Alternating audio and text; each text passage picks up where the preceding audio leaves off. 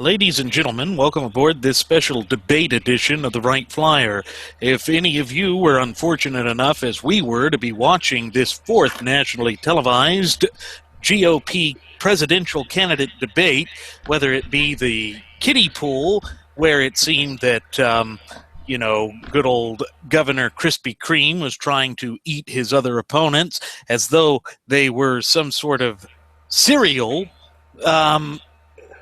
or if you saw the secondary debate where John Kasich and El Jefe Bush were sitting there trying to sit there and say, oh, wow, look at us. We think banks should be too big to fail. Well, then you really haven't seen much of anything because the debates didn't show us much. They showed us that Dr. Ben Carson had ideas for the economy, and they were harping about the economy, but only one candidate on that stage this evening actually provided real, meaningful, real-world solutions that would be practical and meaningful to the average American citizen. And I think Jeremy would agree with me in saying that Ted Cruz really took that debate. I really think he came through and shined, whereas the rest of them, well, especially John Kasich, looked like dog crap. But I got to say about Marco Rubio, a lot of people say he's this rising star in the GOP. But the only thing I saw there was a guy who looked weak in a red tie. Is that even possible? Rising star, huh? He's more like a Trident II missile being test fired off the West Coast. I mean, seriously, come on, folks. I want to go back to Kasich, though. It's just 11 million. You can't deport 11 million people. It's just not possible. I thought it was beautiful when Trump came in and said, made the reference to Operation Wetback under Eisenhower. You don't just put them across the border. You put them deep south across the border so they don't come back. And Kasich just he flipped his lid on it. He didn't know what to do. No. Except whine and show us his even bigger pout lip that he already carries around with him on a daily basis. And didn't you love the way that he just came out and said, I'm the only one up here with executive experience, and that's why I know what's better than Cruz, because Cruz's solution would ruin the banks. No, it wouldn't. Why is it that the FDIC has all of a sudden become this bailout thing always and forever? I thought it was supposed to be kind of an insurance policy for a last result, or, a last resort. You turn to that whenever anything else is just falling apart. And what Kasich was trying to push there is to say that the bank should be too big to fail, basically jumping on El Jefe's coattails there, so maybe he'll pull him across the border in an act of love. But the fact of the matter remains that when we operate with the fiat currency that we have today, right now here in the United States, we are seriously encountering these sorts of problems, and that doesn't provide us with any solutions. Nothing that was offered by Kasich, nothing that was offered by El Jefe, Jeb Bush, very few things that were offered by Rubio were workable. And then Rand Paul, the mop head, I don't even know why he was up there tonight. Federal Reserve, Ben Bernanke, Money Bomb, Bilderbergers. Come on. When people started booing Kasich, I thought Aaron Burr walked into the building. No, because then they'd be applauding. Well, the thing is about this whole banking thing. The banks should be allowed to be too big to fail. Well, that's very Hamiltonian of these individuals, El Jefe and Kasich. Why? This is the whole point of capitalism. People don't get it's competition. They want to remove the competition. First off, if you have a banking institution that's going to fail and have to close up their doors, anybody that has money there, obviously, if they have enough money to worry about losing all their life savings, well, if they're smart enough to put their life savings and even have a life savings, they're not going to have all of their life savings in a bank. Individuals that have smart money are going to be diversified. They're going to be divested into other things like gold, silver, other precious metals, commodities, maybe even the stock market. Right. Yeah. So, and this is why I think Ted Cruz nailed that whole issue on the banks. When he said that our monetary system was backed for 170 years on a gold standard and it worked and our economy flourished because of that, he wants to take us back and put us on the gold standard. I would have no problem with that because then we wouldn't have a fiat currency. We've had a fiat currency for how long now? But yet El Jefe and Kasich, the big banks, they have to be big so they don't fail. Wrong. I want things to fail. That's the beauty of capitalism and competition. They want to remove competition. I don't get it. They're the ones that don't want the people because the people invest. No, you don't give a damn about the people. You don't care. Well, no, they see it as their pet project. They think that they can just reach into the coffers and keep stealing. The idea here is they want to create this elitist bubble that is doing everything within its power to separate itself from the American people. We have seen that time and again. We've seen it with El Jefe Jeb Bush, who sits there and says that he wants the banks to be too big to fail. Why?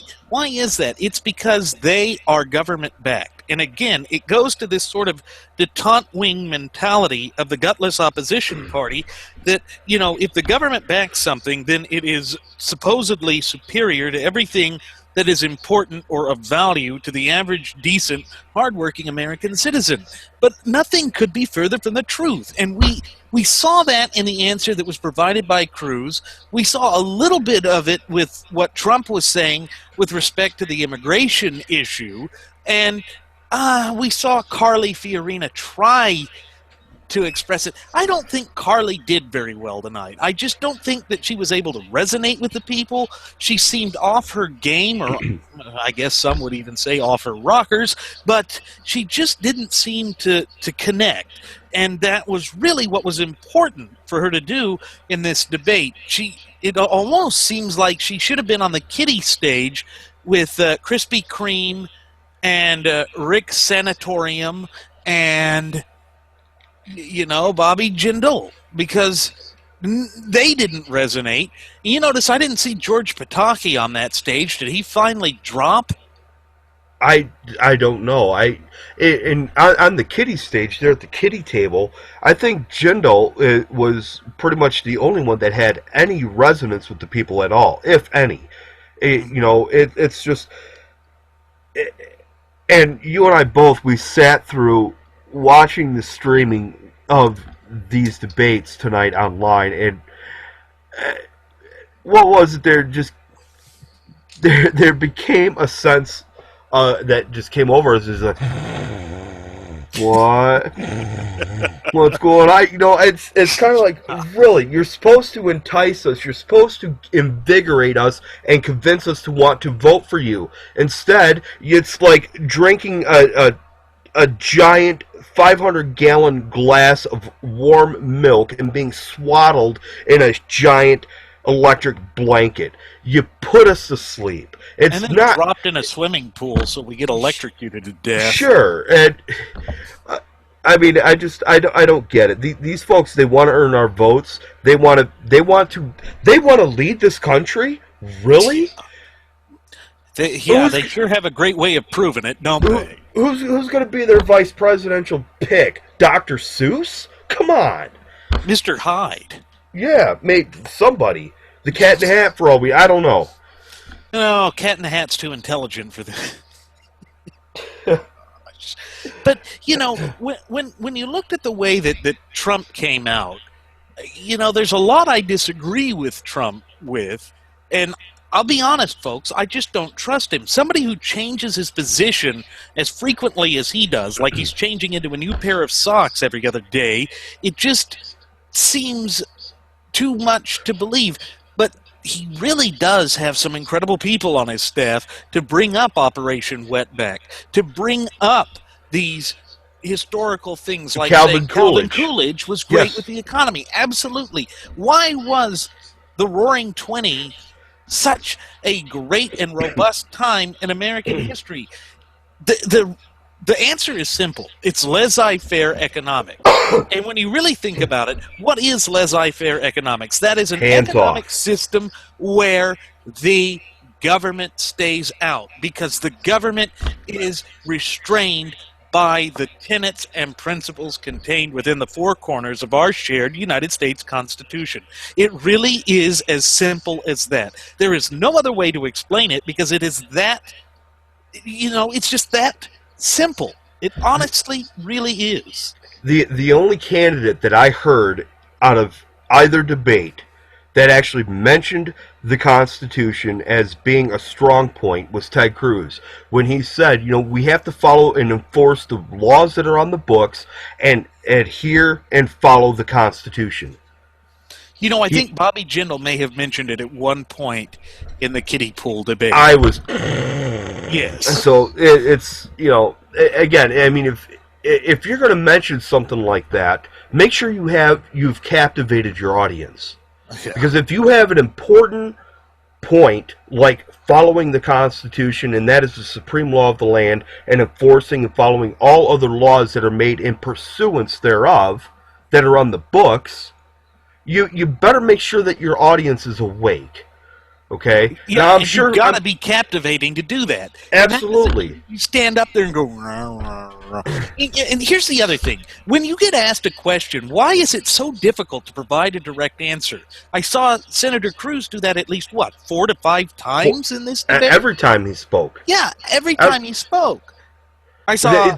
There was questions asked. There was questions asked of, how does this differ from that? And then all they would put forth, like El Jefe, well, my policy would be this, my policy would be that. Policy. Who cares about your policies? How are you going to implement them? We want solutions. How are you going to implement those policies? We don't care what they are. Yeah. I mean, we do to a certain degree, but we're tired of hearing what they are. Yeah. We want to hear what the solution is. And, that goes back to one of the problems I had especially with the kiddie pool debate. The moderators were a bit better in the big kids' playground. But with respect to the kiddie pool debate, the moderators were asking these stupid questions. Again, folks, the most important questions you can ask. The only litmus test that really matters in determining whether a candidate is qualified to hold the highest office in the land is to know what their positions are with respect to the United States Constitution. And even with the economy, economically speaking, where does it say in the United States Constitution that the Federal Reserve is constitutionally required? No, nowhere. Nowhere. It's in Article non-section existent because it isn't there. And so, that's like a lot of other things. Where does it say that it's the government's job to bail out the banks? Again, you will find that in Article non-section existent clause 0. It's just, wow. I don't know what else we could say about the debates, aside from this, but I will say this, though. I do have to give credit to Trump when he talked about the military. Yeah. And when they brought the whole military, right, and it was funny, I can't remember who it was that pegged Bilderberger Paul on being an isolationist. I mean, and Randy, we were having a conversation before jumping into this about, you made mention, well, Ben Carson's a doctor, and they refer to him as Dr. Carson, but isn't Rand Paul a physician as well? Yeah, and they don't refer to him as Dr. Paul? He's an ophthalmologist. Right. So why don't they call him Dr. Paul? Would it be too confusing for people because they think that his daddy, Papa Bilderberger, would be in there, running the show? Or he's a Dr. Paul, too. I think what it does is when you go into these sort of cordiality rules, they try and say that the title of senator is higher than doctor. I don't know. It makes... I don't think... That doesn't make any sense to me. It's kind of like... And again, folks, do Randy and I and yourselves a favor. Please, for the love that is of all that is true and just with this world, please do not use the terminology illegal immigration or illegal immigrant. Please, just stop. It's like saying there's illegal lynching. Yeah.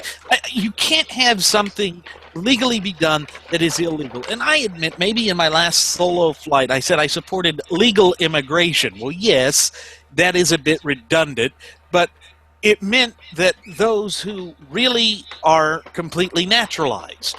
Sure. But I've never used the term illegal immigration or immigrant because I try not to. And I will admit that there was a time when I was younger and naive about this that I just didn't realize the distinction. But it was hammered into me in law school. There is a major distinction between an illegal alien and then an illegal legality, because an illegal legality cannot exist unless, of course, you're going to buy into this garbage that laws don't apply to everybody. And that was the first step. And now you see that the major activists with respect to these illegal aliens, they're huge supporters, come out and want to remove the illegal part. Well, that's just the next step when you start saying something as stupid as, and I don't mean that as disrespectful entirely, but when you say illegal legality, it just doesn't come off that well. It's, I'm going to legally murder somebody. Right. And I have illegally murder you. I have to that give... That seems dumb.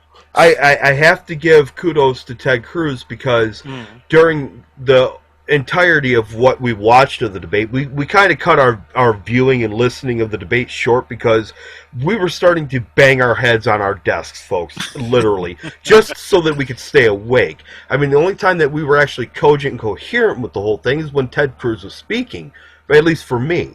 But I have to give props to him because he did not mention illegal immigration. No.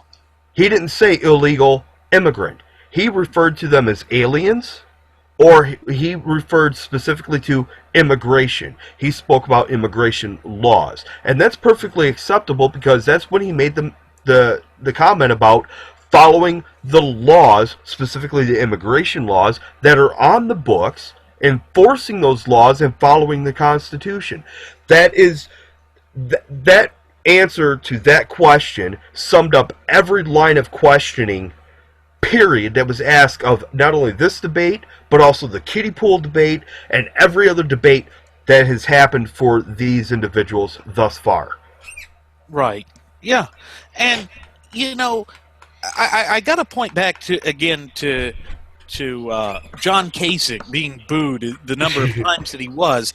Can we just stick a fork in him and say he's done already? Because he's obviously not accomplishing anything for the American people. He's not pushing forward an agenda that really works for anybody. He's just become this sort of bump on a log. He's like that feces-eating mushroom that thinks that it's valuable, but it's not. And it's poisonous on top of that. I mean, why do we want a feces-eating mushroom sitting on a log? And he really does look like a mushroom. No offense to mushrooms. I have the deepest respect for mushrooms, especially in games like Super Mario Brothers. They make you grow or they give you extra lives. Well, he's that poison mushroom, like in the Mario All-Stars game. I know I'm dating myself here. He's like that poison mushroom. He's got that angry look, that schoolyard bully look, and he's just going to go out on the schoolyard and do whatever he can to push everybody else down. And much like when he tried to interject himself into the line of questioning it's not over fair. And over and over. It's not fair. And he started that bully look became the pouty look, and it's almost, I swear, if his microphone would have been increased just another 10 decibels, you would have heard a teardrop hit the podium repeatedly. It's almost, John Kasich became a whiner tonight. He's not a winner, folks. He's a whiner. And we can't have a whiner running our country. We already have one of those. We've had one for 7 years. They become apologetic and apologists and a bunch of bowing individuals that want to bow to other political leaders in other parts of the world. To my knowledge, the country that I thought I was living in bowed to no one. Right. Right. You know, I want to point out something else about what Trump was saying. You know, when, who was it? Was it Paul that came out and said, well, you know, China had nothing. Yes. Yeah. Well, whether China had anything to do with that or not, China already had its negotiators out working to weasel their way into that TPP. Sure. And because it would be based off of an international committee, stripping away the legislative authority from both houses of Congress, which is constitutionally impermissible, then China would be able to use economic, you know, incentives or browbeating to force them economic to open espionage. It up. Yeah, basically so. Or certainly economic warfare, not even just spying. It's economic blackmail, but I was looking for another term for it there, but it just jumped me here. But, you know, China has already shown itself to be adept with currency manipulation. And what makes you think that they would be any different on this issue than they would with any other? And the fact of the matter is they wouldn't. So once again, Rand Paul basically ran up to this podium like an ostrich and stuck his head in the sand and started screaming these idiotic and moronic things. Ben Bernanke. Yeah, and so basically you had Trump standing there not saying anything, and I'm wondering, just out of curiosity's sake, whether that came back to sort of haunt him. You know, Trump's demeanor, and right. Let's look at today's Tuesday. 4 days ago, Monday, 3 days ago, okay, not counting today, Saturday Night Live. It was reported that the ratings of Saturday Night Live were the highest they'd ever been. Yeah. Trump didn't do something right tonight. He should have played off of that, and he should have emboldened that, because the ratings from Saturday Night Live with him hosting it, if I was Trump, I would have used that, and I would have manipulated it, and to my benefit, to take the limelight away from everybody else on that stage, and he didn't do that.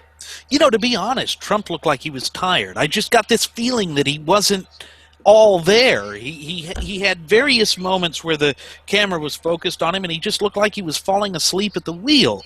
He's normally dynamic, and yeah. I know. I'm not that bad, thankfully, but I guess maybe he just overexerted himself when he went out on the stage for SNL. Well, maybe, but you know, let's throw this out there too. Maybe that could have been because of Kasich. I don't know, because he was awful blathering tonight. Kasich could make anybody tired. Sure, Kasich has the ability to walk into a room and make everybody want to just cease living. It's that bad. I mean, honestly, could anyone say that he is an inspirational candidate? No. And the whole thing is, he talked about, you know, his executive experience. And while you and I were analyzing this debate and while watching it earlier, right, you mentioned, you know, 1994 gun legislation of Kasich. Yeah, and the assault weapons ban. The assault weapons ban. Now, he wants to do what's best for those in Ohio, but he just wants to restrict them.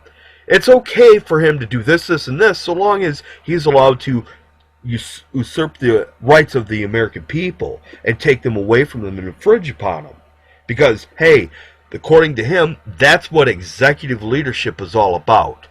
Since when did executive leadership become about encroaching upon our fundamental and unalienable rights as pointed to within the four corners of our shared United States Constitution. That is beyond me. And that should be insulting to each and every American. It should be sending up red flags, sounding the alarm bells, because what it is saying is that John Kasich is willing to strip you of your rights as long as it secures him a position in executive leadership.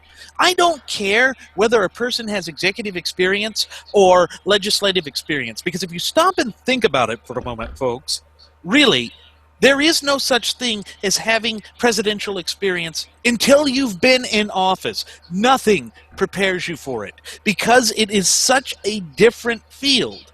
No governor has the same responsibilities as the President of the United States. Therefore, I really find this kind of statement of, well, he's not very experienced, to be baloney.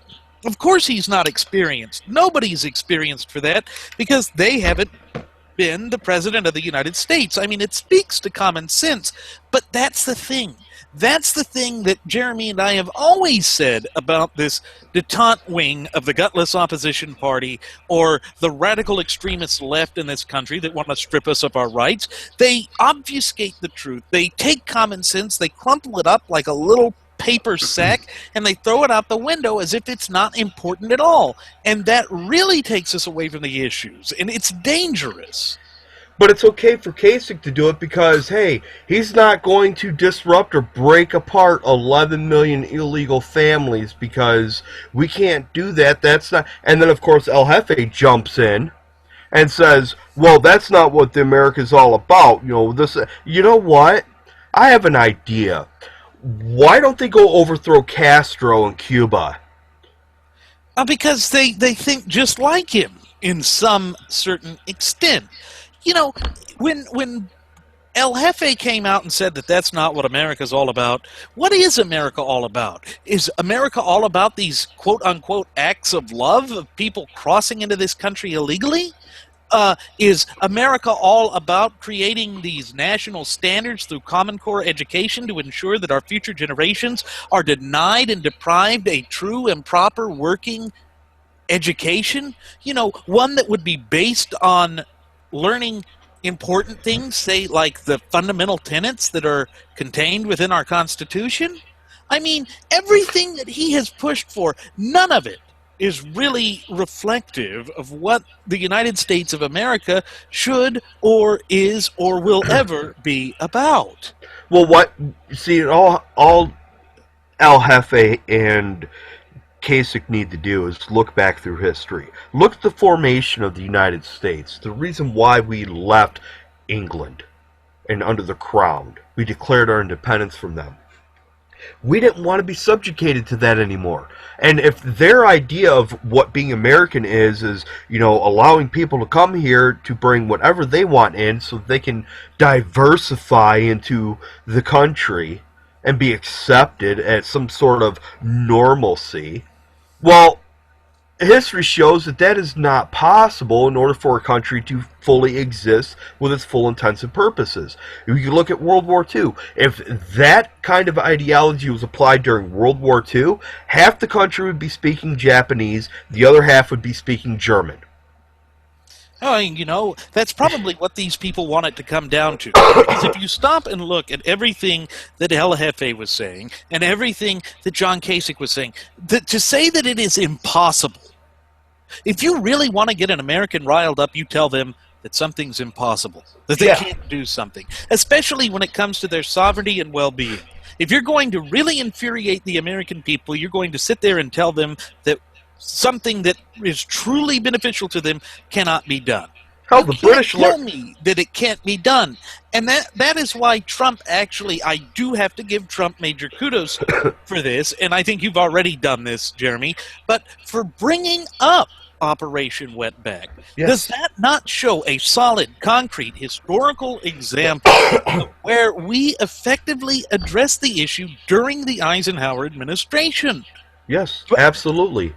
But absolutely. Then, it just seemed to go right over John Dennis Kucinich Kasich. That's really who he looks like. He reminds me of the GOP, the Gutless Opposition Party version of Dennis Kucinich. And so But he ignored it. He came out and he said, well, we can't remove 11 million people. Think of the families. No, Kasich, think of the American citizens that have been harmed by illegal aliens coming over here, violating our traffic laws, killing people, murdering people, raping people in violent crimes. Think of the chaos that they are causing our entire economy, and this is all because the federal government refuses to act within its constitutional authority. One of the few areas where the federal government is actually failing to act upon an enumerated power instead of reaching out to grab powers that are not expressly enumerated to them within the four corners of the United States Constitution. This should be a no-brainer, but it doesn't connect with these elitist detente members of the godless opposition party, because what they really want is to create this fundamental transformation. If you think that Barack Obama is the only one that wanted to fundamentally transform the United States, all I have to say is look at the policy positions of El Jefe Jebe Bush and John the Mushroom Kasich. Because if you stop and you really look at it, they are no different than Obama, just in the way that we go about it. And that goes to a line that Jindal actually said in the kiddie pool debate. He said, why would Americans want to select between a cheaper version of a Democrat and a Democrat? Yeah. And I thought that was a good point. It is a good point that seems to go over the head of the moderators. It seems to not go to the core issues of what is being asked in these debates, and I think that that is a failing of the debate type, or the type of debate system that we have with respect to these presidential candidates. They're not asking substantive questions, and I know we had the drinking game for that because it was mentioned by that rube of a person, Megwin Kelly. First of all, Megwin, it's spelled M-E-G-A-N, not not M-E-G-Y-N. Go beat your parents with the ugly stick for that. But she said substantive how many times, Jeremy? I think it was like 4 times in 30 seconds. Substantive. What, is she trying to prove that she's somehow valid, that she somehow has something of importance to say to we, the American people? Because if she's trying to convince us of that, she's failing wholeheartedly. Well, I think she did that during the first debate. I mean, it's just, and this whole thing going back to, disrupting these families. We're tearing the families apart if we do this. Well, here's the thing. Like you said, how about we focus on Americans first? How about we focus on the individuals that have actually made the effort to come here legally? I believe Trump was the one who was talking about this. Yeah, said that it's very insulting. It is very insulting because I have friends who have come here. Some have gained their citizenship here. They've been naturalized. Some of them are actually still in the process of doing so. To me, it's a slap in the face to them. It's almost like if I was in their position, I would question, why in the hell would I even want to come to this country if they're going to just give blanket amnesty to individuals that are already there, that didn't go through the formalities to become legal? Why should I even bother trying to do so? Why don't I just go ahead and jump on that bandwagon and jump on that train or boxcar, whatever else they're using to transport them in here? Well, Jeremy, let's take it a step further. Let's take it a step further. Why should you and I or any American citizen follow the law when they don't have to follow the law? Why are we creating this two distinct and insular classes of people? That is not equal protection under the law. That is a violation of the Constitution. Clear and simple and pure as the light of day. There is no way that they can get around that, but they're going to try and get around it in any way that they can. Of course. Again, by obfuscating the truth, by using erroneous terms like so-called, quote-unquote, illegal immigration. And the thing is here why we follow the law is because we have integrity. We Sure. have respect for the law. We have respect for the Constitution. That's why we're doing what we're doing. We're trying to reinstill that in the American people. And the sooner that it happens, the better off this country will be. You know, I take great umbrage and great offense when individuals are allowed to come into our country unchecked, whatever, just allowed to come in and say, well, we're going to do this. Like Jerry Brown out in California. Well, we're going to let them vote. Wrong. You can't. That's voter fraud right there. Well, and then think of how offensive these so-called sanctuary cities are.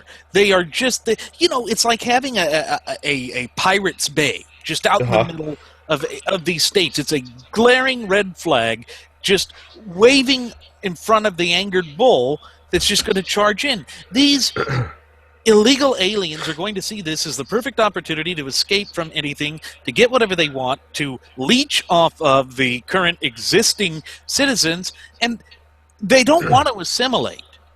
The ones that really want to come here go through the legal process. They take the citizenship test. They become naturalized citizens. They go through that extra mile because they actually care about the country. You sure as hell are not going to see that from the illegal aliens that are flooding us and overwhelming us. Sure. And then it goes right back to the point of Kasich and El Jefe saying, well, if the banks fail, what about the people with their money there? You're just saying you don't care about the people with the money there. You obviously don't. What about the people that are being hurt by these illegal aliens? Exactly my point. It's a double standard. What about the widow whose husband is killed on a freeway because an illegal alien is driving the wrong way, completely intoxicated, and slams into his vehicle and kills him? What about her? What about the orphans left behind from that? What about the grieving families that have suffered at the hands of rapists, raping their daughter, killing her, and then just getting deported, and then they come back? Or about the countless number of individuals who have been kidnapped. Right, because isn't it Phoenix, Arizona that's the kidnapped capital? Yep. For Americans? Yep. Because of all these illegal aliens taking these and now running prostitution rings and whatnot, because of this. What about those people, El Jefe? You care about America being a loving spirit and all this other stuff, but yet you don't care about your own individual constituents that would cast a vote for you. It's obvious you don't. You're more worried about people. The people with the money, the banks fail. Their money, they lose their life savings. Selective compassion. That's what this is. It's exactly. Selective compassion. Yes. And actually, I think it's propaganda. Bovine excrement is what it is. Of course it is. But it goes right back to what his brother had said, going all the way back to 2000, that we needed to have a new type of conservatism, compassionate conservatism. And I swear, correct me if I'm wrong, but Kasich did say that it wouldn't be compassionate to remove 11 million illegal aliens from the United States. And I think that El Jefe reiterated that, did he not? Yes, he did. Now, here's the thing. Here's my rebuttal to that. Right. Sometimes doing the right thing is being void of compassion. This is what they don't understand. We are supposed to be the last beacon of freedom for individuals all over the world. The only country where we have, again, like you've mentioned before, the longest contiguous document as a constitution and rule of law. How compassionate will we be if we don't enforce that and hold people accountable to that by doing the right thing? And, that ties into another notion. How can we be a nation of laws when we selectively enforce the laws? And I think that Ted Cruz hit that ball out of the park when he said that we need to strictly adhere to the principles contained within our Constitution, that we have a Constitution, that we are a nation of laws, and therefore we need to enforce our laws equally across the board. This really shouldn't be up for debate. It really shouldn't be a controversial topic because it is just common sense. But, El Jefe doesn't believe in common sense. He believes in common core. Right. And, here's the other thing I have. With the questions that we saw, I think it was like 2 or 3 questions from Facebook viewers. Now, at the beginning of the debate, they said, we have 58 million individuals logged into Facebook following this. Of the 58 million, 9 million people are talking extensively about the economy. What are the other 49 million people talking about? And they wanted to bolster this up as the economy being the hot topic and what the American majority cares about. Really? 9 million out of 58 million people is hardly a majority. I'm guessing that the other 48 million were probably sitting there trying to see whether Trump's hairpiece was going to jump off his head and go over to El Jefe and strangle him, or to see whether John Kasich, like mushrooms, would be able to asexually reproduce on a log. I mean, I don't know. I think it ties into the whole fact that they were trying to make it about the economy because it's on the Fox Business Network. Sure, and I can understand that aspect, but what was great about this whole thing was they tried to make it about the economy, and we had individuals like Ted Cruz and even Donald Trump, and to a certain extent, very small extent, Carly Fiorina, and even lesser extent, Marco Rubio, try to remove that as the whole auspice of the debate.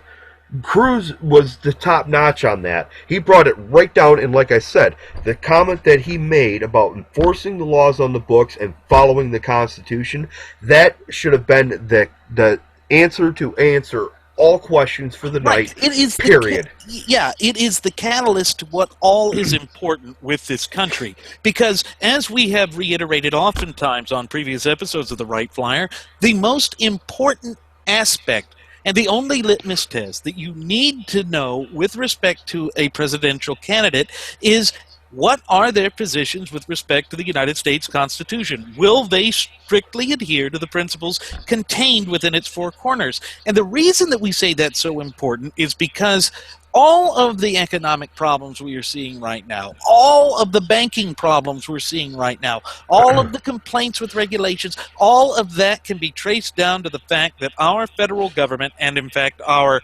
municipal, county, state level governments, have all divorced themselves not only from the United States Constitution and the fundamental principles contained within it, but also the constitutions of the various several states. And when we do that, we see the sorts of problems that that encapsulate this entire thing, that just surrounds it, and that is what plunges us into these problems. But for some reason, the debate moderators can't seem to get that through their thick skulls, and I'd say that, I certainly say El Jefe doesn't give that. I'd certainly say that John the Mushroom Kasich doesn't get that. And, Rubio, my goodness, he looked like a slick-back salesman, a used car salesman. But I don't want to insult used car salesmen. He looks even worse than that. He looks like a used chewing gum salesman. Well, yeah, and of course, Nelson has a different type of salesman that we're not going to reiterate here on the Wright Flyer at this point in time. Yeah. Especially with, the samples that he has to dish out. But anyways, where I was going with all of this is, back to the questions asked on Facebook.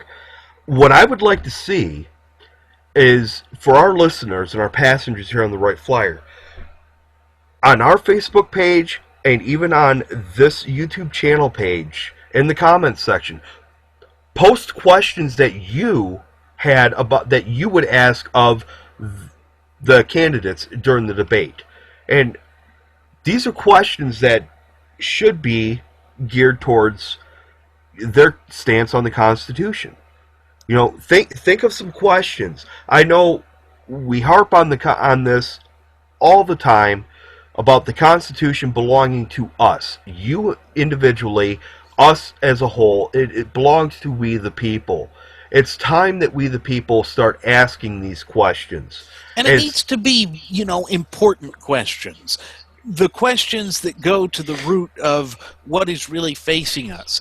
Like, take, for instance, all of these anti-gun nuts that are out there pushing to encroach upon our fundamental and unalienable right to keep and bear firearms.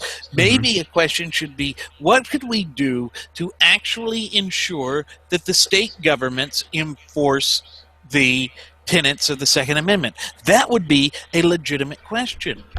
And it would actually be a proper example to point to, saying, here is where you use the tax and spending power, the carrot at the end of the stick. Oh, if you still want federal funding, then you follow by the Constitution.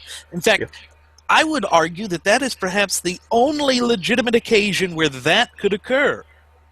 Sure. And the whole idea behind this is to start somewhat of a movement. I don't really like using that terminology, but to light a fire under these moderators' behinds to start asking important questions. I don't care. If you swarm them, you'll make sure that they ask the proper questions. Absolutely, and that's the thing. And I've spoken to other people. I'm sure Randy has as well, that have watched these debates and said, well, why didn't they ask this question? Why didn't they ask this question? These are questions that these individuals have of their own that they formulated. This question should have been asked. Well, why wasn't it asked? Find out why the moderators aren't asking these questions. Now, we have an idea of why the moderators aren't doing this, because they want to slant things to where they have some modicum of control, which obviously these moderators, especially the bangers and mash lover, completely lost control of being a moderator in the debate. What was his name? Gerald or something? Gerard something. I can't remember. He's from the Wall Street Journal. But I was expecting any second now to him to start blowing some bobby whistle and thumping some rod on the desk to try and restore order. But he didn't do that. But of course, what do you expect from individuals that couldn't hold their own against a country that just formulated itself, going back in history? Again, pointing out to the fact that when you tell an American citizen it's impossible to do something and you try to impose your will on them, the biggest part of history that could ever attest to that is when the British tried to stop us from revolting against them. The American Revolution. That resonates all the way, and that will continue to resonate so long as we have the United States Constitution. And that's because it is inspired by natural law principles which are timeless. And that's why Jeremy and I always say that it is so important to have a fluent working knowledge and understanding of our shared United States Constitution and thereby our fundamental and unalienable rights. It's because through that you gain the ability to wade through all of the morass and sewage that is being put out by these mainstream media pundits and outlets that are just completely agenda driven and cannot seem to divorce themselves from their agenda, because you know the truth. And as that great adage from the Bible goes, you shall know the truth and the truth shall set you free. We want you to be free. We want you to follow the tenets and principles of the Constitution, to exercise your fundamental and unalienable rights, while also understanding the fact that those fundamental and unalienable rights come with irrefutable and undelegable, duties and responsibilities. And you have to be willing to do whatever is necessary to act upon those to ensure that your liberties are protected. And part of that is to proactively maintain, safeguard, and protect your fundamental and unalienable rights. And that old saying, freedom isn't free. Well, there's the price of freedom right there, folks. Maintaining and enforcing and upholding your obligations to protect your own rights. You want to be free? You have to put the effort and the work into it to where you can secure that freedom. That's the price of freedom. That's what freedom is. Being able to have the wherewithal and the understanding to do so. Not standing up on a stage and yelling out some kind of frivolous Bilderberg, bang is a match, bang. No, that's not freedom.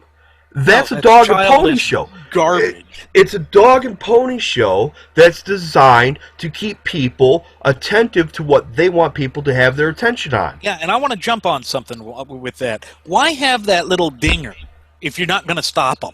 Right. You should be strapping electrodes to them, and if they go beyond it, you start zapping them with it. But I guess that's cruel and unusual punishment. But does it really apply to presidential candidates? Well, here's the other thing. Going back to the style of debates, that Ted Cruz talked about, having moderators that are going to do this and that. And like I said before, why not take it a step further? Why not have the moderator's sole job is to hand off the microphone to somebody there in the audience? There was, how many people would you say were there that you could see? A couple hundred, 500 maybe. 3-level theater that they had filled up there, and that was in where, Milwaukee, was it?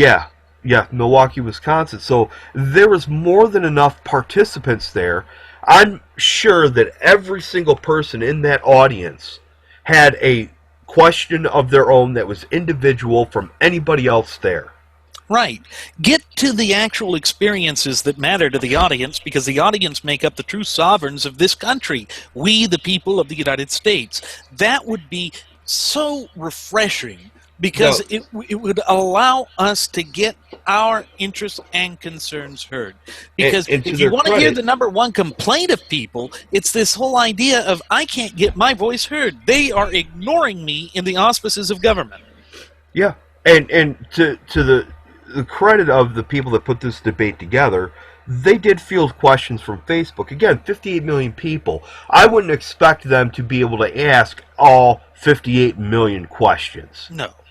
Okay, it just wouldn't happen. Okay, so, but if you have questions that certain individuals ask that are more geared towards the issues that affect them individually, like the Second Amendment, the stance on the Second Amendment, I would love to be in the audience, and I would love to have the opportunity to ask all of the candidates on both sides a question designed so much as to say, well, what is your understanding of the Second Amendment? How do you understand the Second Amendment? You know what's great about that? That's a simple, easy question to understand. Absolutely. And it should be a simple and easy question to answer. And if the politicians start doing the usual sidestep jig to try and get out of answering it, right then and there that they are not qualified to be President of the United States. Absolutely.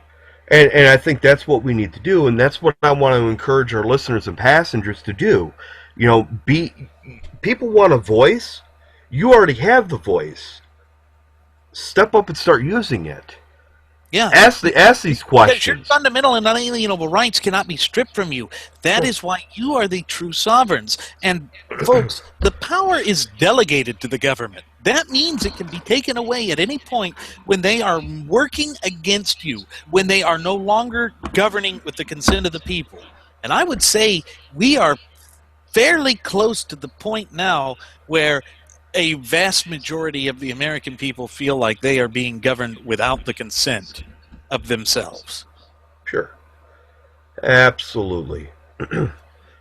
Well, I think we pretty much touched everything that we need to with respect to this debate. It was just I wanted to have a chance to kind of analyze this. We do have a good show coming up for you next week that was actually brought to our attention by our chief ticketing agent, Mr. Kev Spirited, and I am definitely looking forward to jumping into that one, and I think you all will be too.